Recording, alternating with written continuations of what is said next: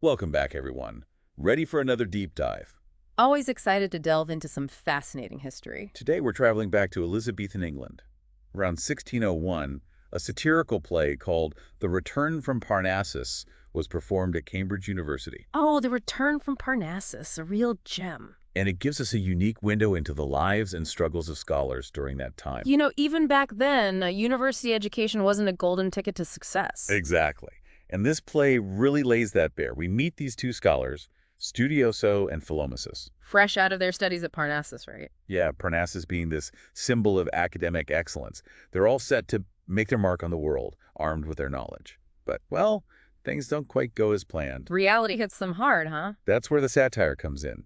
It's like the play is holding up a mirror to these lofty expectations and showing the somewhat less glamorous reality. It's poking fun, but also making a serious point about the clash between intellectual pursuits and societal expectations. So what happens to these bright young minds when they enter the real world?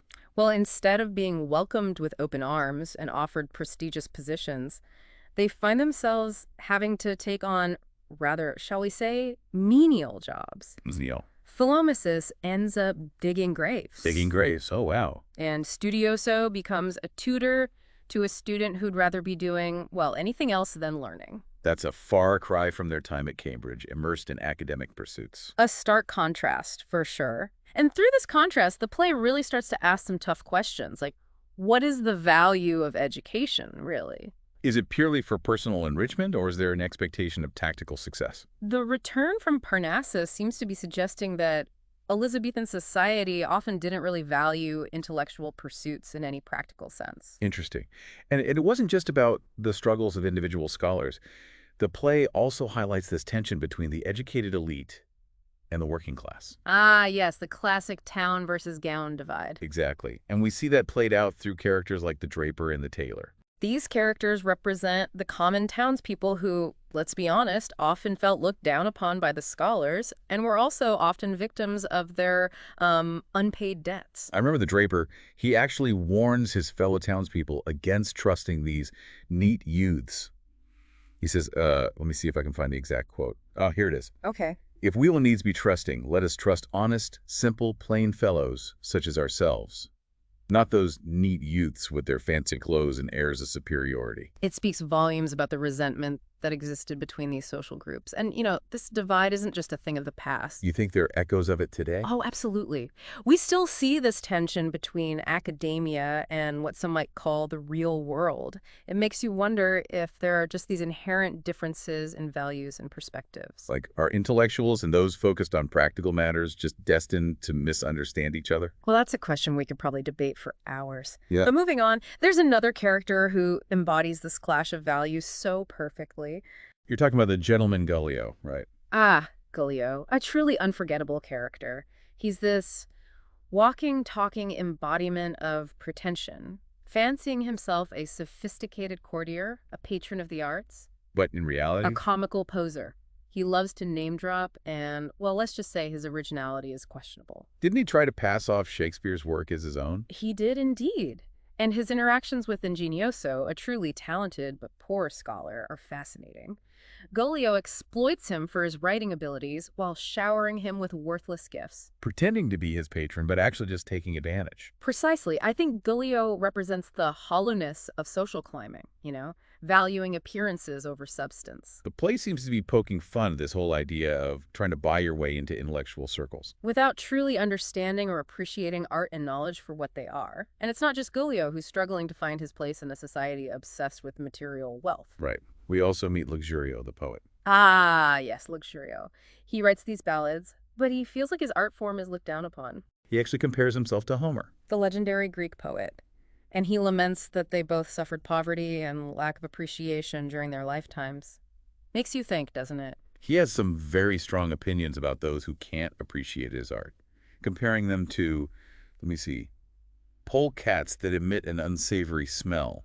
That's quite the image. Vivid, to say the least, but it highlights the frustration many artists feel when their work isn't valued.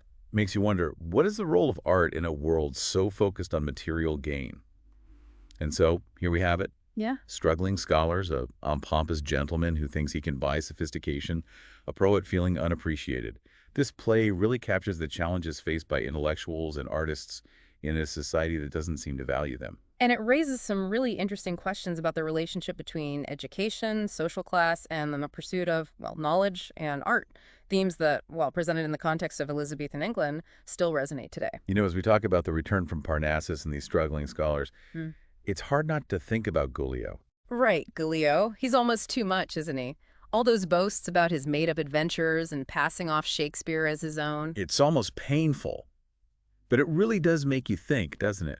I mean, the play is obviously poking fun at him, but there's a deeper message there, too. Definitely. True patronage should be about more than just money and social status, right? It should be about genuine appreciation. Exactly, supporting the arts for the right reasons.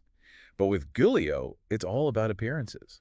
He wants to look cultured and sophisticated. Which is ironic because he has no real substance. It's like he thinks he can just buy his way into intellectual circles. So the play is kind of critiquing this idea of using money to, well, to appear intelligent. Precisely. And it makes you wonder about the people who fall for it, right? The scholars who allow themselves to be used. Like Ingenioso. Yes, poor Ingenioso.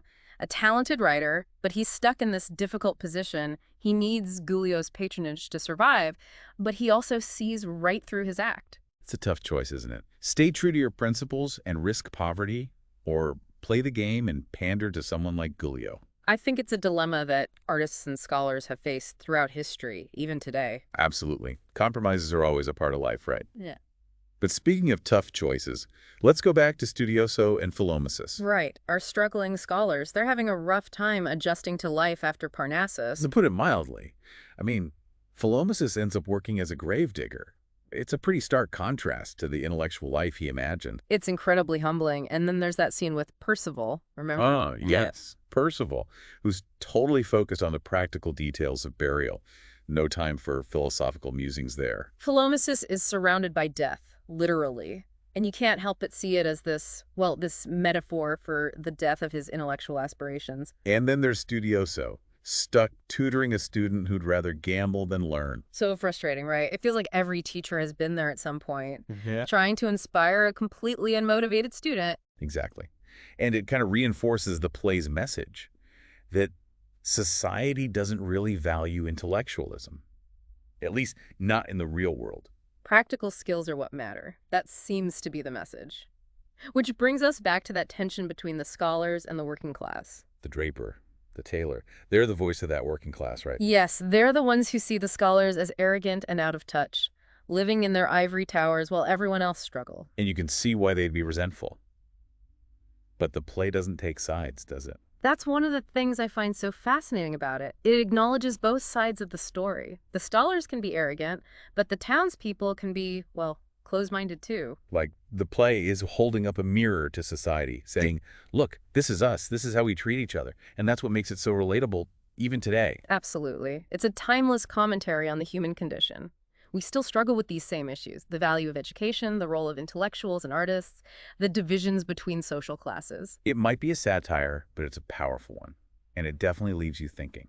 It certainly does. Okay, so we've spent all this time with the characters of The Return from Parnassus and seeing their struggles. But the play has to end somewhere. Right. And it's not exactly a happy ending for everyone. Definitely not a traditional happy ending. I mean, Studioso and Philomasus, they actually decide to just leave England. They're just done. Yeah, totally disillusioned. No opportunities for them. No one appreciates their knowledge, so they just give up. And Philomasus has that really powerful line where he says something like, "I'll find a better place, or at least a kinder grave." It's pretty intense. Wow. Yeah, basically saying anything would be better than this. Yeah, exactly. It makes you think, was the playwright saying something about England itself? Like, was it a bad place for intellectuals back then, or were Studioso and Philomasus just unlucky? It's hard to say, but remember, the whole thing is a satire. Yeah. So it's exaggerating things to make a point. To be funny, but also to make us think. Exactly. So, well, yeah, maybe their experiences are a bit over the top. They do show us something real about how hard it is to be different. To not fit in. And that's something people still relate to today, right? Even now, if you go against the grain, it can be tough. For sure. The world wants you to follow the rules. Yeah. And the play doesn't really offer any solutions, does it?